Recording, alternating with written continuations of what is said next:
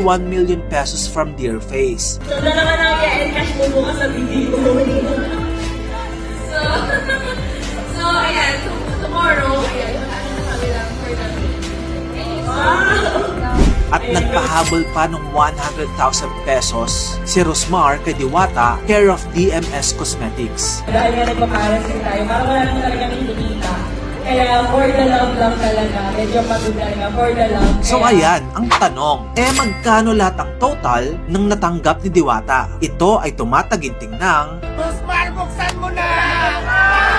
8,290,000 pesos. Wow! Take note, hindi pa kasali dyan yung mga regalo na natanggap ni Diwata in private.